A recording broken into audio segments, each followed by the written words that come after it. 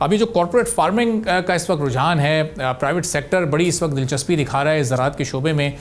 کیا تبدیلیاں آ سکتی ہیں جو کلائمیٹ چینج کے اس وقت چیلنجز ہیں ان سے کیسے نمٹنے میں مددگار ثابت ہو سکتا ہے؟ جی بالکل، بہت شکریہ آپ کی دعوت کا، اور میں آپ کا مشکور ہوں کہ آپ نے موقع دیا کہ آج ہم ایگریکلچر جو کہ پاکستان کی اکانومی کا ان سم ویز روح ہے اس پر ہم گفت و شنید کر سکیں گے۔ دیکھیے، کارپوریٹ فارمنگ ایک سلوشن ہے، اور آپ نے اپنے بڑے کائنڈ انٹروڈکشن میں مینشن کیا کہ کارپوریٹ فارمنگ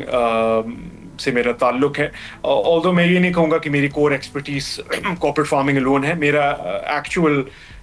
جو ایکسپرٹیز ہے وہ ریجنریٹیو ایگریکلچر میں ہے، as the pioneer of regenerative agriculture in Pakistan الحمدللہ۔ اور آف کورس ریجنریٹیو ایگریکلچر ایک اسکیل ایگنوسٹک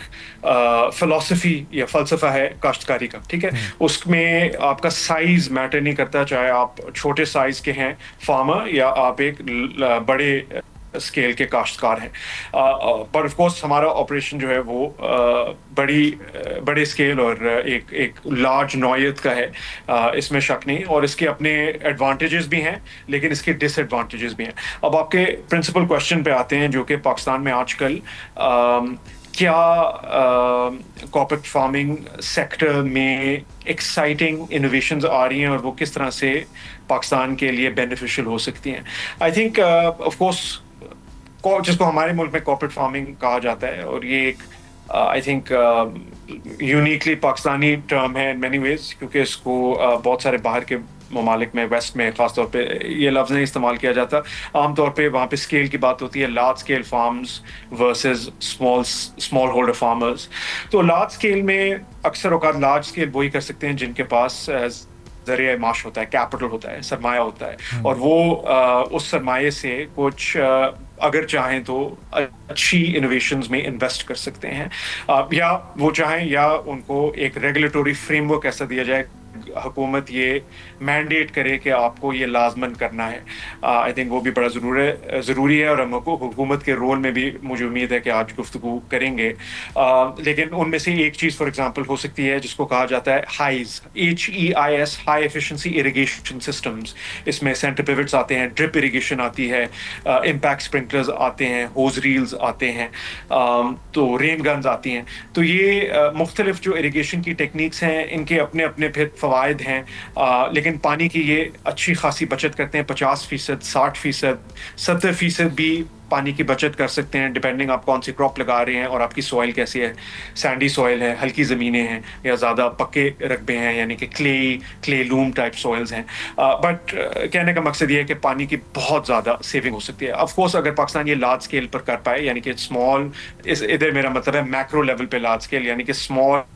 میڈیم اور لارج ہولڈرز سب یہ سسٹمز لگا سکیں، تو ہمارے ملک میں جو پانی کا فقدان اکثر آ جاتا ہے ڈفرینٹ ایریاز میں کاشتکاری کے لیے، وہ نہ صرف پورا ہو سکتا ہے بلکہ ہم اور بہت سارے ہمارے بنجر علاقے ہیں ان کو بحال کر سکتے ہیں، کنال سسٹمز دے سکتے ہیں، اور وہاں پر بھی کاشتکاری ہو سکتی ہے۔ اسی طرح ٹریکٹرز اچھے، for example 4x4 tractors, 4x4 tractors ہم نے ایک انالیسس کیا، 40% ڈیزل کی بچت کرتے ہیں کمپیئر ٹو جو ہمارے 2 ویل ٹریکٹرز ہوتے ہیں۔ اب یہ ایک بڑی 2x4 ٹریکٹرز، یعنی کہ اب یہ ایک بڑی بچت ہے، اکانومی کا بھی اس کو فائدہ ہے، فارمر کو بھی اس کو فائدہ ہے۔ سملرلی اچھے کوالٹی کے سیڈرز، میں کیونکہ ریجنریٹیو ایگریکلچر کا ایڈوکیٹ ہوں اور اس پہ ہم بات بھی کریں گے، ہل چلانا پاکستان کی زمینوں کے لیے ایک انتہائی نقصان دہ قدم رہا ہے۔ پچھلے چند دہائیوں میں اس نے ہماری زمین کو بہت نقصان پہنچایا ہے، اور جتنا زیادہ ہل چلاتے ہیں، کچھ ایسے بیلٹس ہیں جہاں کلے سوائلز ہیں، وہاں فارمر جو ہے وہ 3 4 ہل کم از کم چلاتا ہے اپنی اگلی فصل بونے سے پہلے، اور اس نے ہمارے زمین میں بہت تباہی مچائی ہے، آکسیڈائز کر دیا ہے زمینوں کو، ہائیلی الکلائن بھی ہو گئی ہیں۔ اس کے کچھ اور فیکٹرز بھی ہیں، لیکن یہ ایک فیکٹر ہے، اور جو اس میں نامیاتی مادہ ہے وہ اب نہ ہونے کے برابر ہے، تقریباً 0 ہو گیا ہے، جس کی وجہ سے ہماری پیداوار میں ہمیں نقصانات پیش ہو رہے ہیں، اور ہم کلائمیٹ ریزیلینس بھی نہیں پیدا کر سکتے۔ سبسکرائب کریں اور بیل دبائیں تاکہ کوئی خبر رہ نہ جائے۔